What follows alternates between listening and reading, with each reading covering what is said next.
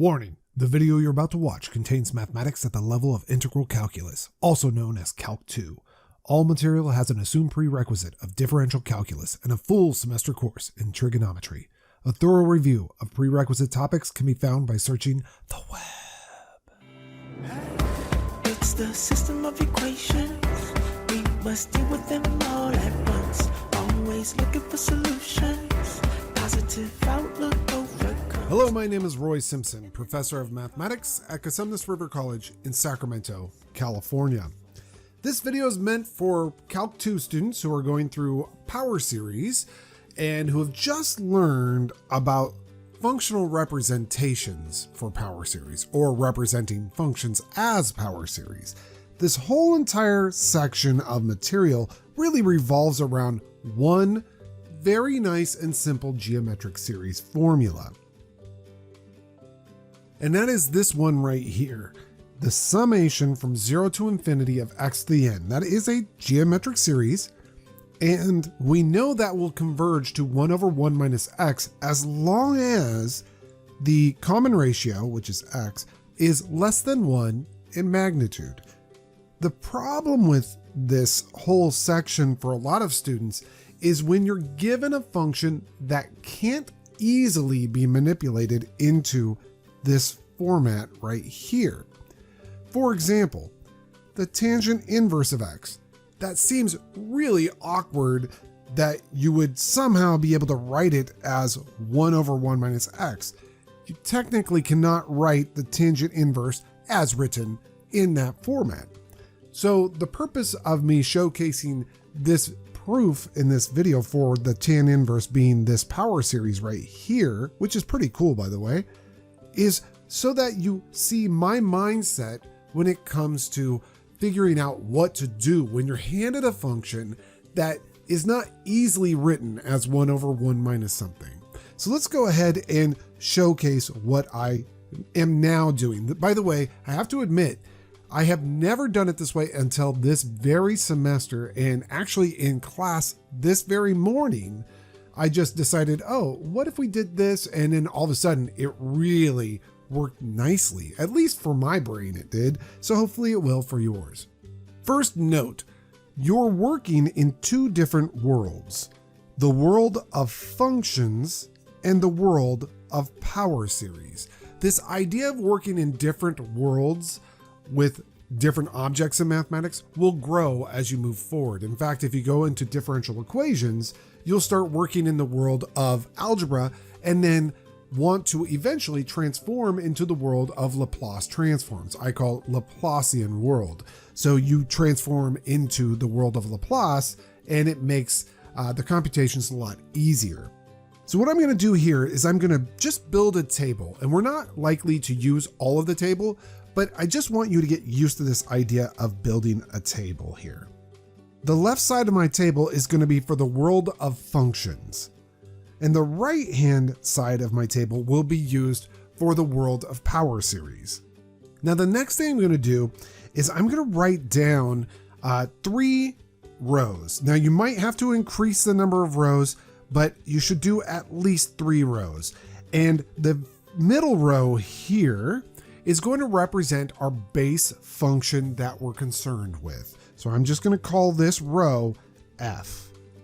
And so the functional form of f that we are going to start with, so I'm just going to write start in this problem, and I'll highlight this. That's where we want to start. We were handed the tangent inverse, that function, f equals tan inverse. We're going to start there. So I'm going to go ahead and write down tan inverse. And I'm going to mention where we want to arrive. We want our goal. And this doesn't just work for proofs. This actually works for almost all functions that you want to represent as power series, as long as they can be represented as a power series using the geometric series up here. Okay, so we want to end at the power series representation of f. And that power series representation they're telling us is the summation from 0 to infinity of -1 to the nth times x to the 2n plus 1 over 2n plus 1. A really cool looking power series. So let's go ahead and write that here. Now here's the deal. We're going to build a roadmap to get from the start to the end. And there's only one real rule with this roadmap. And by the way, I'm really kind of proud of this because I just did this morning. This is not something that I've been doing for years. This is, you teach for well over a decade, and all of a sudden on a day where your brain is finally working, you make something up that seems like it is going to be awesome. And so I think that that's what this is. So here's the one rule. You cannot go diagonally. So you cannot say, I'm going to transform from tangent inverse, what f is, into this quadrant up here. Now, I should mention what these quadrants represent. So, all right, if the middle row here represents f, the bottom row is going to represent f prime. And I just think of it that way because I tell my students, I take a ladder approach to calculus, where the rung you're at is generally considered F. If you step down a rung, I'll use red for that because I just think red as stepping down. So you step down a rung, that'll be F prime. And if you step up a rung, which I use green for that because I just think of green when I step up, that is going to be the antiderivative of F, which I'll call capital F here, but it is really just the antiderivative. So essentially, wherever you're standing, if you integrate, you go up a rung. If you differentiate, you go down a rung. Okay, that's what I think most of calculus is just stepping up or stepping down rungs. Okay, so if you match that up with my handwriting here, actually I still will use black for that ink, but if you match it up with my handwriting here, then the lower row is going to be f prime, and the upper row is going to be the integral of f of x dx, or in other words, the antiderivative, if you will. So there we go. We have our three rows. One will be for the antiderivative if we need it. One will be for the derivative if we need it. Now, the rules of the game are as follows. I start at the start, and I can go up or down, or I could go to actually directly over to the right. Likelihood is going directly over the right, I cannot do. I just don't know how to transform tangent inverse directly into that power series. So that is likely not the best avenue. So I'm just going to use red here to say that that will be too hard or too difficult. But to be honest with you, I just don't want to use so many letters. So we either are going to go up or down. To the right would just be too hard. But the one rule we can't do, we're not allowed to go diagonal. Okay? So you can't start with your function f and just magically end up with the antiderivative of the power series. That just can't happen. You have to take baby steps here. So let's look at the tangent inverse. I want to start there, and I want to somehow either going down and then over and then up to arrive at the end, or start at the tangent inverse and go up, over, and down to arrive at the end. Very visual, right? So let's think about this. Do you want to integrate or differentiate tangent inverse? Do you see how nice this is? Do you want to integrate or differentiate tangent inverse? Well, I'll tell you right now, integrating tangent inverse, it's not impossible actually, but it's just not what I want to do. So I'm just going to say that's kind of hard. It's not impossible, to be honest with you, but it's not an avenue that I'd want to go through. But you know what's super easy? Differentiating tangent inverse. So let's go ahead and do that. I differentiate tangent inverse, and guess what I get? 1 over 1 plus x squared. Great. So I'm slowly making my way to the end. I am now here, right? Now, can you somehow, starting there, move over here, right? We want to eventually end up at the end, and you can only go up, down, left, or right. That's it. You can't go diagonals. So can you transform that function, 1 over 1 plus x squared, into a power series? And the answer to that is absolutely. You totally can. So let's go ahead and take a look at that function and transform it into a power series. The function is 1 over 1 plus x squared, which, by the way, I can rewrite as 1 over 1 minus a negative x squared. And remember, up above there is our power series representation, the geometric series, of 1 over 1 minus x. So if I have 1 over 1 minus a picture, I know that's the series from 0 to infinity of that picture to the nth power. I know there's going to be an interval of convergence issue, but at least I can start by saying, okay, this, as long as it converges, is going to be the summation from n equals 0 to infinity of a negative x squared to the nth power. Let's clean that up. Yay, there we go. So that's the power series representation of 1 over 1 plus x squared. Let me go ahead and draw my map. It goes over here. This is actually not hard, right? That was fairly easy. Easy is a bad word in mathematics. I get it, but let's just pretend as though it was somewhat easy. Okay, so here we go. This is the summation of negative 1 to the nth x to the 2n. And now, notice the route that I've taken, or the route that I've taken if you prefer to say it that way.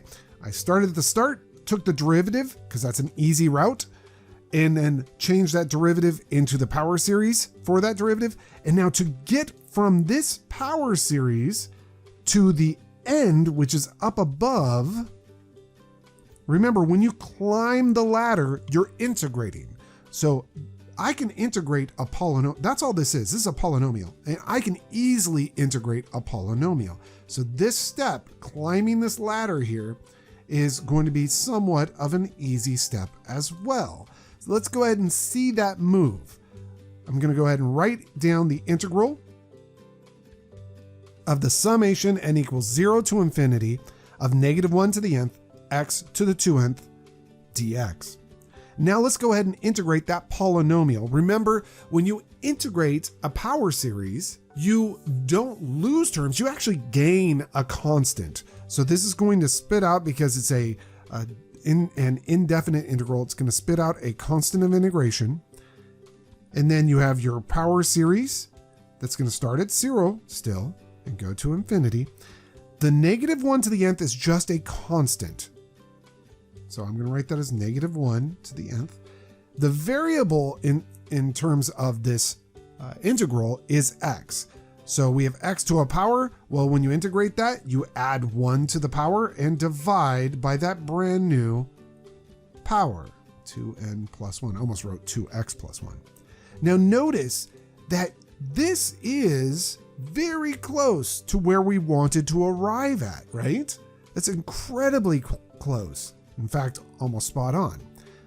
So what we have shown so far is that the tangent inverse of x is equal to c plus the summation from 0 to infinity of negative 1 to the nth x to the 2n plus 1 over 2n plus 1. Let me write that down.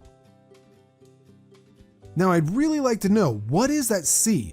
Here is the trick in all of mathematics. If you have an equation, you know these two sides are equal. Well, what does that mean? That means they're equal for all values of x. Specifically, choose a nice value like x equals 0. They're equal for x equals 0. Then the tangent inverse of 0 should equal c plus the summation from 0 to infinity of, well, basically a bunch of zeros. That's all you're adding up there. So this stuff over here is all 0.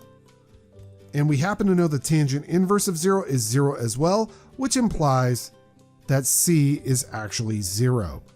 And hence, we have proven that the tangent inverse, just by looking at this, the tangent inverse of x must be 0 plus, or in other words, just the summation, n equals 0 to infinity of negative 1 to the nth x to the 2n plus 1 over 2n plus 1. That is the proof. All right, with that said, there is one last little thing I need to mention here. The radius of convergence and the interval of convergence. The theorem states that, well, tan inverse is equal to the series we found, but it also has this little radius or interval of convergence from negative 1 to 1. And so we should probably prove that the interval of convergence is actually that. One thing you need to remember is that when you trade out a function for a series that's geometric, and this one is geometric actually, if you take a look at that series, it is going to be equal to the summation n equals 0 to infinity of negative x squared to the nth. Well, we know that's going to converge because it's geometric for all x where the absolute value of negative x squared is less than 1. And of course, the negative doesn't matter. And if you take the square root of both sides, you will find that this should converge for x between -1 and 1.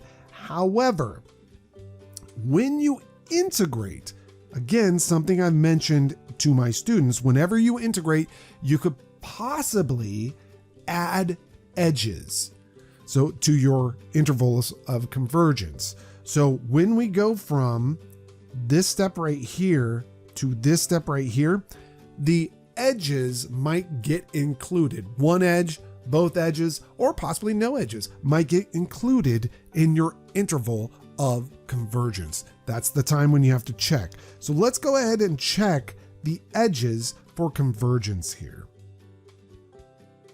When you're checking the edges for convergence, let's go ahead and just plug these in. So we have a summation n equals 0 to infinity. You have a -1 to the nth, and you're plugging in a -1 into that x there to get a 2n plus 1 all over 2n plus 1. This will clean up a little bit. I'm not checking for convergence yet. I'm just setting up my two series. We'll get -1 to the 3n plus 1, which is actually an alternating series. But let's take a look over here. The summation n equals 0 to infinity of -1 to the nth and then 1 to the 2n plus 1. So we still get down to this. So you can see these are both basically the same series. They are both alternating. It's just in the first case, it starts at, or it skips 3. That's the power here. So it starts at n equal, or power of 1, and then the next power will be 4, and the next power will be 7, and the next power will be, let's see, 10.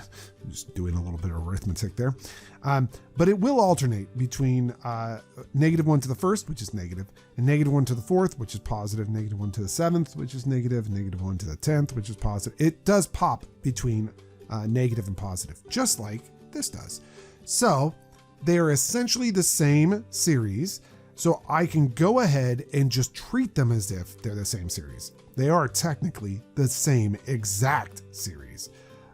When n is equal to 0. Oh, well, okay, 1's off by a negative. So 1's, this one right here is technically this guy right here. So they are slightly off, but they're still alternating series. So you can treat them as both as alternating series and use the alternating series test. So let's go ahead and see that they converge. They actually do both converge, but let's just do that. B sub n in both cases is 1 over 2n plus 1. The limit as n goes to infinity of b sub n is an obvious 0. And also, if we let g of x, I'm using g of x because I used f of x earlier. So let g of x equal 1 over 2x plus 1, then g prime of x will be equal to a negative, let's see, 2 over 2x plus 1 quantity squared, which is always less than 0. And so we know that the function is going to be always decreasing. Therefore, the sequence b sub n is always decreasing monotonically. Those are the two conditions we need, that the limit of our non-alternating sequence term tends to 0, and that non-alternating sequence term is decreasing. By the alternating series test, those will converge. Thus, we get to include the endpoints in the interval of convergence, which, by the way, means I had a slight typo in here. While it is true that the tan inverse actually equals this power series for the absolute value of x being strictly less than 1, it also equals this power series for x equaling absolute value of x equaling 1. So the radius of convergence for this power series is 1, And the interval of convergence for this power series is the inclusive -1 to 1 by the alternating series test. Very close to missing that little note there. So if you started this video and thought, wait, I happen to know, I read somewhere that the edge is included on the tan inverse power series, you are absolutely correct, but we caught it in the proof, so that's good. All right, I hope this is very helpful for you, and I hope to see you in a future video. It's the system of equations. We must deal with them all at once. Always looking for solutions. Positive outlook overcomes obstacles getting in our way. Cause affects more than we can sometimes see. Things for what they are and work together until you feel at peace. Just listen close. Don't talk too much that isn't kosher. You may really hurt inside. It doesn't justify you to speak too loud and cry.